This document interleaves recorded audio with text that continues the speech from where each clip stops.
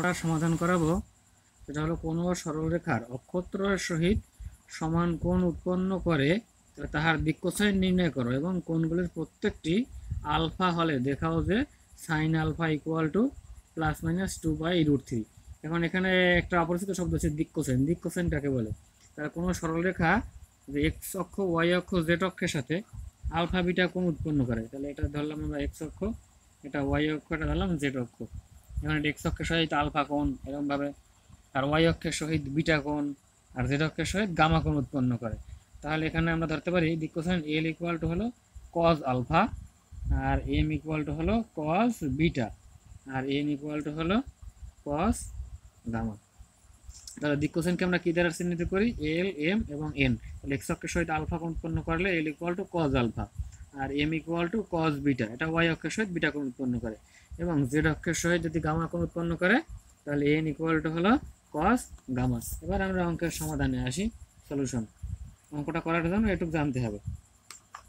তাহলে সলিউশন, যেহেতু এখানে কোশ্চেনে দেওয়া আছে যে সরলরেখাটি অক্ষত্রয়ের সহিত সমান কোণ উৎপন্ন করে, তাহলে আগে আলাদা আলাদা ছিল আলফা বিটা গামা, এখন তিনটিই হবে আলফা আলফা আলফা। এক্স অক্ষের সহিত আলফা কোণ, ওয়াই অক্ষের সহিত আলফা কোণ এবং জেড অক্ষের সহিত আলফা কোণ। তাহলে আমরা লিখি মনে করি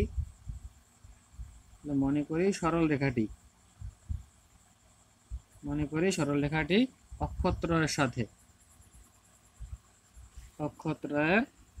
সাথে আগে ছিল আলফা বিটা গামা কোণ, এখন যেহেতু বলতে শুধু আলফা কোণ, তাহলে আমরা লিখবো আলফা কোণ উৎপন্ন করে। তাহলে আমরা আগে লিখছিলাম কি L equal to cos alpha, M equal to cos beta এবং N equal to cos gamma, কারণ তিনটা আলাদা আলাদা কোণ ছিল। এবার যেহেতু কোণ তিন অক্ষের সাথে আলফা কোণ উৎপন্ন করে, সুতরাং আমরা লিখতে পারি অতএব সরলরেখাটির দিক কোসাইন। সরলরেখাটির দিক কোসাইন এক্স অক্ষের সাথে ছিল কজ আলফা, তাহলে আমরা লিখলাম এখানে কজ আলফা। ওয়াই অক্ষের সাথে ছিল কজ বিটা, এখানে যেহেতু কোণ সমান কোণ তাহলে এখানে এই কজ আলফাই হবে। তাহলে জেড অক্ষের সাথে ছিল কজ গামা, এখানে যেহেতু সমান কোণ এখানে কজ আলফাই হবে। তাহলে আবার আমরা আরেকটা সূত্র জানি, সূত্রটা কি? এখানে হলো L square plus M square plus N square equal to কত? 1। এই সূত্রটা আমরা তো জানি। তাহলে আমরা এখানে যেহেতু এল এম ধরে নিই, তাহলে আমরা সরাসরি লিখে নিই এল এর পরিবর্তে কি লিখবো? Cos square alpha. আমরা এম এর পরিবর্তে রাখলাম কজ স্কোয়ার বিটা, কিন্তু এখানে কজ স্কোয়ার বিটা হবে না, কারণ কোশ্চেনই বলে দিয়েছে সমান কোণ উৎপন্ন করে। তাহলে এখানে হবে আবার কজ স্কোয়ার আলফা, আর জেড অক্ষের সহিত N square equal to cos square gamma. তো এখানে যেহেতু সমান কোণ, এখানেও সেই একই cos square alpha equal to হলো 1। আমরা এই সূত্রটা এখানে প্রয়োগ করলাম।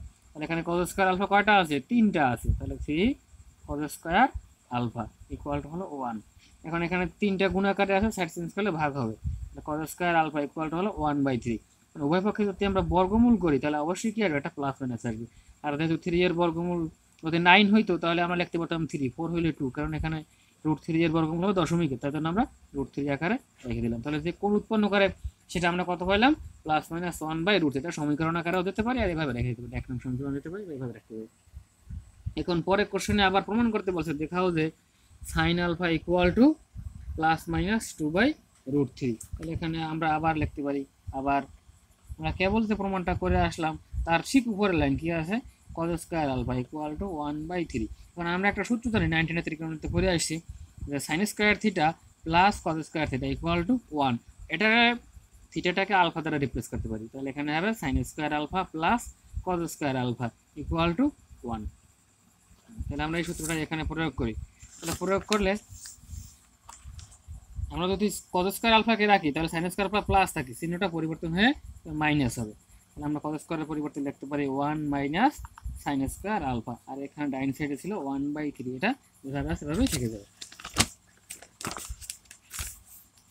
তাহলে এবার আমরা কিছুটা ক্যালকুলেশন করি।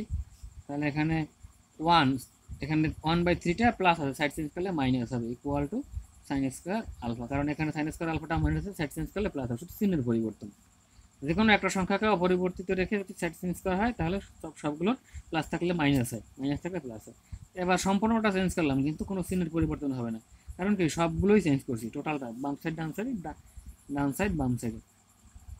তাহলে সাইন স্কোয়ার আলফা, এবার আমরা লসাগু করি, 3 লসাগু হয়। এখানে 1 এর সাথে যেহেতু ভগ্নাংশ নাই সরাসরি গুণ হবে, 3 দ্বারা 3কে ভাগ করলে হয় 1, তাহলে এই 1 এর সাথে গুণ করলে 1ই হবে। তাহলে এখানে সাইন স্কোয়ার আলফা এগুলো তো বোঝানো লাগে না, যেহেতু এগুলো অনার্স সেকেন্ড ইয়ারের ম্যাথ, এগুলো তো বোঝানোর দরকার পড়ে না। তাহলে এখানে 3 থেকে যদি 1 মাইনাস করি তাহলে হয় 2, তাহলে 2/3। এখন এখানেও আছে সাইন স্কোয়ার, বর্গমূল করলাম, root over sine square alpha equal to plus minus root over হলো 2/3। তাহলে এখানে রুট স্কোয়ারে কেটে যায়, এখানে থাকে sine square alpha equal to থাকে plus minus 2/√3, root over plus minus root over 2/3। এইটাই প্রমাণে বলছে যে প্রমাণ করো যে sine square sine alpha equal to plus minus 2/√3। শেষ এখানে।